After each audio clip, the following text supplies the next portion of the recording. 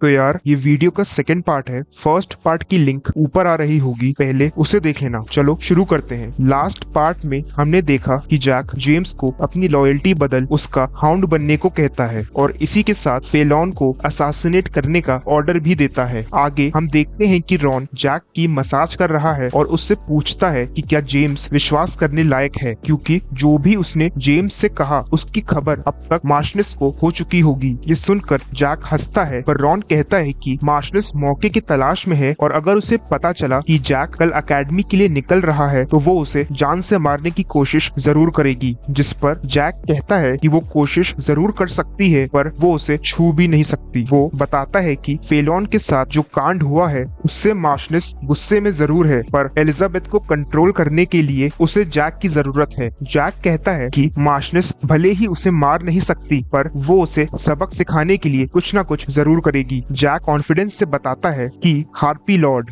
Arc lord, dragon lord और भी न जाने कितनों ने उसे मारने की कोशिश की, पर जब वो उसका कुछ भी नहीं बिगाड़ पाए तो उनके सामने ये मार्शनेस क्या ही कर पाएगी। वो रॉन से उसकी चिंता ना करने को कहता है और बताता है कि जब तक वो खुद नहीं चाहेगा तब तक वो नहीं मरेगा। रॉन समझ जाता है कि जैक कल कुछ बड़ा करने वाला है तो वो उसके साथ जाने को कहता है, पर जैक उसे परमिशन नहीं देता और उसे सीक्रेटली सबसे छुपकर जर्नी में उसे फॉलो करने का ऑर्डर देता है। जैक रॉन से कहता है कि वो अभी अपना दूसरा सर्कल बनाने जा रहा है तो इस बीच कोई भी उसके रूम में ना आए। ये सुनकर रॉन हैरान था, क्योंकि सर्कल इतनी आसानी से नहीं बनते, सालों की मेहनत लगती है, पर जैक के लिए ये आसान है। तो रॉन भी ये देखने जैक के रूम में चला जाता है। दूसरी तरफ हम देखते हैं कि जेम्स अभी भी अपनी हार के सदमे में है। उसके लिए ये विश्वास करना मुश्किल था कि वो एक फर्स्ट सर्कल से हार गया। उसे लगता है कि जैक एक्चुअल में थर्ड सर्कल है और उसे जैक का दिया हुआ ऑफर बेतुका लगता है, क्योंकि जैक को फेलॉन की तरह बड़े परिवारों का सपोर्ट नहीं मिला। उसके सर पर किसी भी इन्फ्लुएंशियल इंसान का हाथ नहीं है। हम देखते हैं कि जेम्स अपने जीवन की सबसे बड़ी और आखिरी गलती करने जा रहा है। वो इस पूरे प्रकरण की जानकारी मार्शनेस को देने की सोचता है। उसे लगा कि ऐसा करके वो उनका खास बन जाएगा और सोचता है कि भले ही जैक कितना बड़ा जीनियस क्यों ना हो, वो अकेले मार्की हाउस को नहीं हरा सकता। आगे हम देखते हैं कि मार्शनेस एलिजाबेथ से जैक के बारे में बात कर रही है कि कैसे उसने जेम्स को अपनी तरफ करने की कोशिश की, पर उसे क्या पता था कि जेम्स अपनी लॉयल्टी नहीं बदलेगा और फेलॉन को सपोर्ट करेगा। जैक की छोटी सोच का मजाक बनाते हुए उसकी हंसी नहीं रुक रही थी। वो एलिजाबेथ को बताती है कि वो उसकी शादी के लिए लड़के ढूंढ रही है और धमकाती है कि अगर उसने अपनी पसंद से शादी करने की सोची तो इसका अंजाम अच्छा नहीं होगा। हम देखते हैं कि जैक दूसरा सर्कल भी बना चुका है। रॉन को कुछ भी समझ नहीं आ रहा था, क्योंकि एक एवरेज मैजिशियन को फर्स्ट से सेकंड सर्कल जाने में 4 महीने लगते हैं। रॉन जो कि बहुत टैलेंटेड है, उसे 2 महीने ही लगे, पर जैक ने ऐसा केवल 5 घंटों में ही कर लिया था। डिनर का टाइम हो चुका है, पर आज जैक रॉन का बनाया हुआ डिनर नहीं करना चाहता। वो मेन बिल्डिंग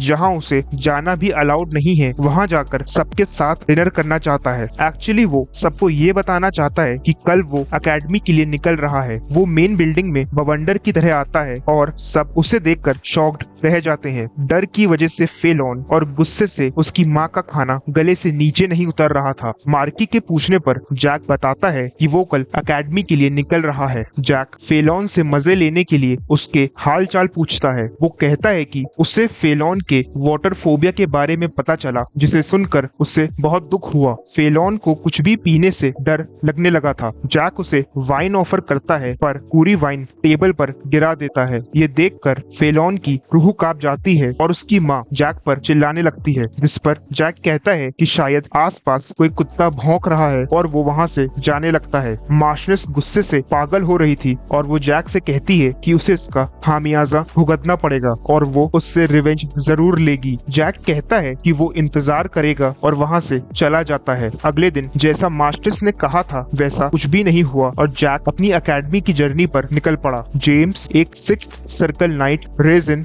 और कुछ गार्ड्स भी उसके साथ जा रहे थे। एलिजाबेथ और रॉन भी थोड़ी दूर तक आते हैं। एलिजाबेथ जैक की चिंता कर रही थी, पर जैक उसे रॉन के साथ वापस जाने को कहता है और रॉन को उसका प्रॉमिस याद दिला सीक्रेटली उसे फॉलो कर शाम को मिलने को कहता है। जैक समझ चुका था कि गार्ड्स की आपस में कोई प्लानिंग है जिसके पीछे मार्शनेस का हाथ है। जैक कैरेज में ही सो जाता है। शाम हो चुकी थी। जैक कैरेज से बाहर आया और जेम्स को देखकर मुस्कुराने लगा। जैक समझ गया था कि जेम्स ने अपनी लॉयल्टी नहीं बदली क्योंकि सारे गार्ड्स उसे घेर कर खड़े थे। रेजिन जैक से कहता है कि अकेडमी जाने में अभी 4 दिन लगेंगे और हर रात वो गार्ड्स रुक कर कैंपिंग करेंगे, जिसमें वो जैक को बुरी तरह मारेंगे, उसके हाथ पैर तोड़ेंगे और जब सुबह होने वाली होगी तब उसे हीलिंग पोशन से हील कर देंगे। इसी के साथ मार्शनेस ने उन्हें एक और ऑर्डर भी दिया है। जैक के पूछने पर रेजिन बताता है कि वो जानते हैं जैक ने अपना मैना सर्कल बना लिया है और वो उसका मैना सर्कल भी डिस्ट्रॉय कर देंगे। हमें पता चलता है कि मैना सर्कल को डिस्ट्रॉय करना डेथ के बराबर है। टूटे हुए मैना सर्कल को वापस तो बनाया जा सकता है, पर उससे मैना जनरेट करने का चांस 0.001% है। जिसका मैना सर्कल डिस्ट्रॉय हो जाता है वो पूरी जिंदगी के लिए ट्रिपल हो जाता है। रेजिन बताता है कि उसने जेम्स से जैक के टैलेंट के बारे में सुना, पर केवल टैलेंट से वो कुछ भी नहीं कर सकता और उसकी फेट नहीं बदलेगी। वो जैक को मारने के लिए बढ़ता है। बाकी सर्वेंट्स डर से छुप रहे थे क्योंकि कोई भी उनके बीच में नहीं पड़ना चाहता था। ये सब देखकर जैक इतना आपाक हो रहा था। वो रॉन की प्रेजेंस को कंफर्म करता है और गार्ड्स को अपनी पिछली लाइफ के इवेंट्स के बारे में बताने लगता है। गार्ड्स को लगा कि जैक डर की वजह से पागल हो गया है। जैक कहता है कि रिवेंज किसी भी इंसान को पागल होने पर मजबूर कर देता है। वो एलिजाबेथ पर हुए अत्याचार को भुला नहीं सकता था और रेजिन से कहता है कि भले ही सिर्फ हुनर होने से वो कुछ भी ना कर पाए, पर जिसके पास असीम हुनर और ताकत होती है उसके लिए कुछ भी करना नामुमकिन नहीं है। वो मैना इकट्ठा करता है और अपनी प्रीवियस लाइफ की टेक्निक से एक पावरफुल अटैक करता है। उन गार्ड्स को समझ आ गया कि अगर अभी उन्होंने जैक को जान से नहीं मारा तो उनका बचना मुश्किल है, पर जैक के अटैक के सामने कोई भी नहीं टिक पाया और हमें वहाँ मौत का नंगा नाच देखने को मिला। केवल गार्ड्स ही नहीं बल्कि सारे सर्वेंट्स भी अपनी जान से हाथ धो बैठे थे।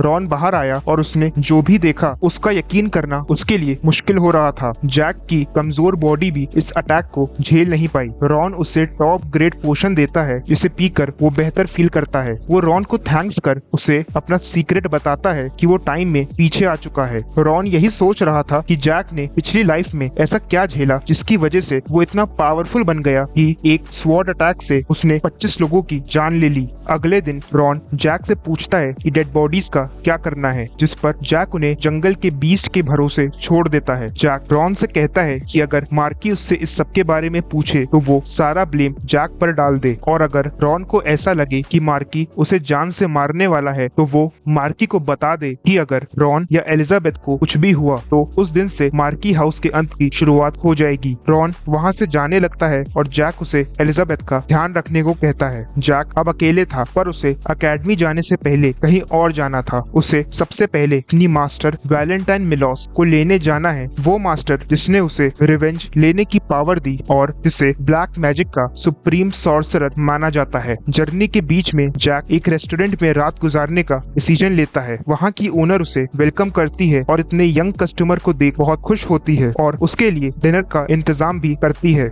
वहाँ बैठे कुछ लोग यही बात कर रहे थे कि मार्की की सुपर एलीट फोर्स को जंगल के सारे मैजिकल बीस्ट डिस्ट्रॉय करने का ऑर्डर मिला है। उन सोल्जर्स के साथ कई मर्सनरीज भी जाएंगे क्योंकि फॉरेस्ट बहुत से मैजिकल बीस्ट का घर है। बीस्ट जैसे कि ऑग्र, ऑक्स, गॉब्लिन्स, हार्पीस और पता नहीं क्या क्या। बात करते करते वो मार्की हाउस के तीसरे बेटे यानी जैक पर चर्चा करने लगते हैं। वो कहते हैं कि जैक एक ब्लैक मैजिक यूजर है जिसे अपने ही घर में प्रिजन में रहना पड़ा। वो उसका मजाक बना रहे थे और जैक उनकी बातों को सुन मुस्कुरा रहा था। तभी ओनर उसके लिए खाना लाती है और कहती है कि लोग अक्सर अफवाहों पर यकीन कर लेते हैं बिना पूरा सच जाने। जैक कहता है कि कभी कभी अफवाहें भी सच होती हैं। ओनर जवाब देती है कि जैक इतना अट्रैक्टिव है तो शायद ब्लैक मैजिक वाली अफवाह झूठी होंगी। वो जानती थी कि उसके सामने जैक वॉलंटियर बैठा है। ये सुन जैक हैरान था और ओनर की अपीयरेंस देख वो समझ जाता है कि वो एडवेंचरर गिल्ड की ब्रांच मैनेजर है जो साथ ही साथ रेस्टोरेंट भी मैनेज कर रही है। गिल्ड्स एडवेंचरर्स को हायर कर उन्हें कई तरह की जॉब्स देती है जैसे मॉन्स्टर हंटिंग और बैटल फाइट्स। उस रेस्टोरेंट की बाजू वाली बिल्डिंग एडवेंचरर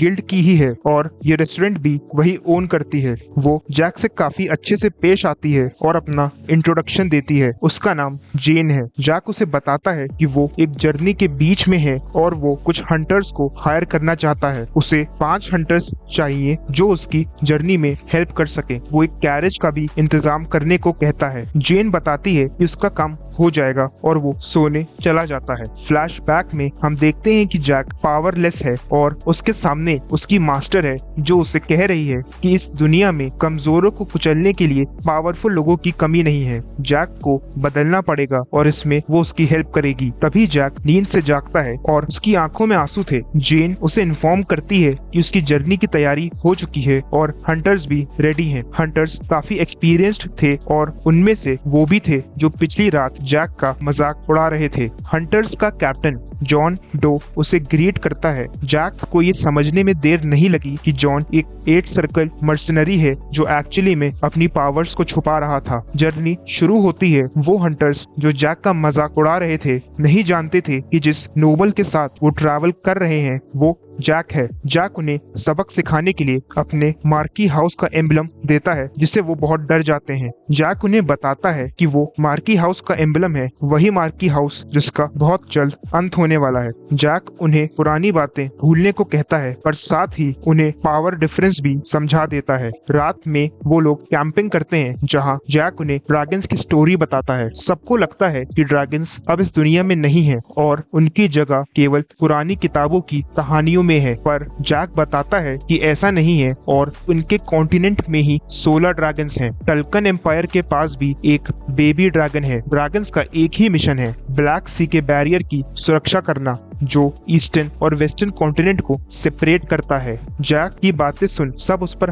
हंस रहे थे और किसी को भी उसका विश्वास नहीं हो रहा था। जैक नहाने चला जाता है पर उसे एक बात खटक रही थी कि उसके साथ एक 8 सर्कल मर्सनरी ट्रैवल क्यों कर रहा है। 8 सर्कल मर्सनरी बहुत पावरफुल होते हैं। कंट्री की सबसे एलीट फोर्स का कैप्टन भी 8th सर्कल है। उसने जॉन के बारे में पहले कभी भी नहीं सुना था तो उसे शक था कि जॉन टल्कन एम्पायर का स्पाई है। वो अपना शक दूर करना चाहता था और इसलिए सीधे जॉन से जाकर पूछता है कि वो जो इतना पावरफुल है उसे फॉलो क्यों कर रहा है। जॉन के साथी ये सुनकर हैरान थे। जैक जॉन से कहता है कि वो सच सुनना चाहता है और अगर जॉन की बातों से वो सेटिस्फाई नहीं हुआ या जॉन टल्कन एम्पायर का स्पाई निकला तो वो उसे वही मार देगा। वो जॉन को अपनी बात कहने के लिए 1 मिनट का समय देता है। जॉन को अपनी सिचुएशन का अंदाजा हो गया था। ये बिल्कुल ऐसा था जैसे एक हिरण शेर के सामने हो। जैक का दिया हुआ समय और उसका सब्र दोनों खत्म हो रहे थे। तभी जॉन अपनी स्टोरी बताना शुरू करता है। जॉन और जेन एक दूसरे से बहुत प्यार करते हैं।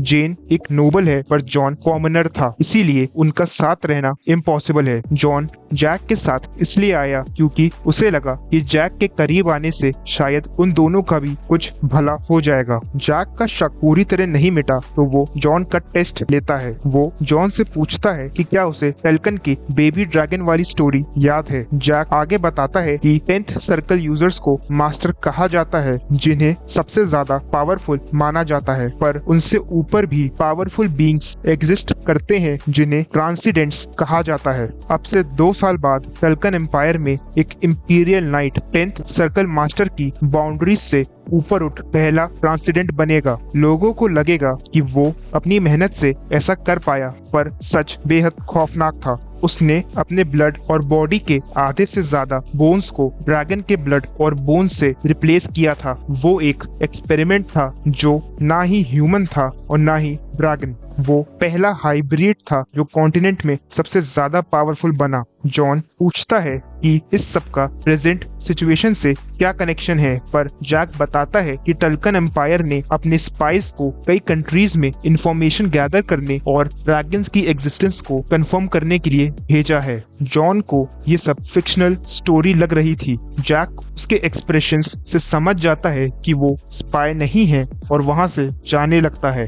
तभी अचानक वो पीछे घूमकर जॉन पर तलवार तान देता है। जॉन का हाथ उसकी स्वॉर्ड की तरफ जा रहा था। जैक उसे वार्न करता है कि ये पहली और आखिरी बार है जब वो उसे छोड़ रहा है। अगर फिर कभी उसने अपनी ब्लड लस्ट ऐसे रिलीज करी तो वो उसके साथ बाकी सबको भी मौत के घाट उतार देगा। माहौल थोड़ा शांत हुआ और जैक सोने चला गया। जॉन के साथी उसकी सिचुएशन समझते हैं और ये जानकर कि उनका लीडर इतना पावरफुल है उन्हें उस पर बहुत गर्व होता है। जॉन अभी भी कांप रहा था। जब जैक ने उसे वार्निंग दी तो उसे लगा कि वो अपनी पैंट गीली कर देगा, पर जैक ने जो भी स्पाइस और ड्रैगन्स के बारे में कहा वो इस बारे में और जांच पड़ताल करना चाहता था। दूसरी तरफ मार्की को खबर मिलती है कि जैक के साथ गए सभी गार्ड्स और सर्वेंट्स फॉरेस्ट में डेड मिले हैं। डेड बॉडीज की हालत देख ऐसा लग रहा है कि किसी ने उन्हें बहुत एडवांस्ड मैजिक से मारा है। मार्की चिंता में है क्योंकि ये सब तभी हुआ जब एलीट फोर्सेस फॉरेस्ट में बीस्ट को मारने गई हैं। उसे किंग और ड्यूक पर शक है। वो अपने इन्फॉर्मर गोंजालेस से इस बारे में पता लगाने को कहता है। उसे जब पता चला कि जैक बच गया क्योंकि उसकी बॉडी नहीं मिली थी तो वो उसे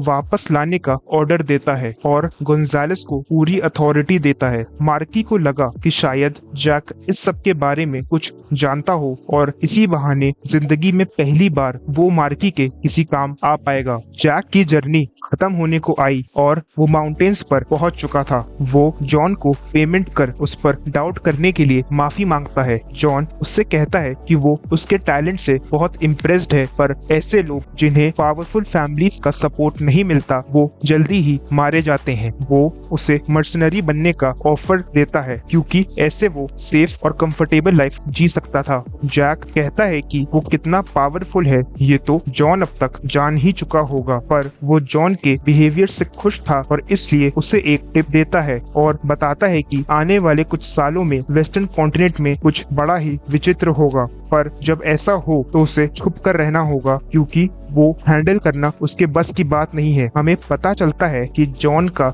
असली नाम दिनास्तिस्मो है। जैक उनसे विदा लेता है और अपनी मास्टर को खोजने पहाड़ों में निकल पड़ता है। इसी के साथ पार्ट 2 ओवर हुआ। वीडियो पसंद आया हो तो लाइक करना, चैनल को सब्सक्राइब करना और लेफ्ट वाली वीडियो पर क्लिक कर ये जानू कि कैसे गॉडेस हीरो को कर्स करती है जिसके बाद वो सबसे ज्यादा पावरफुल बन जाता है।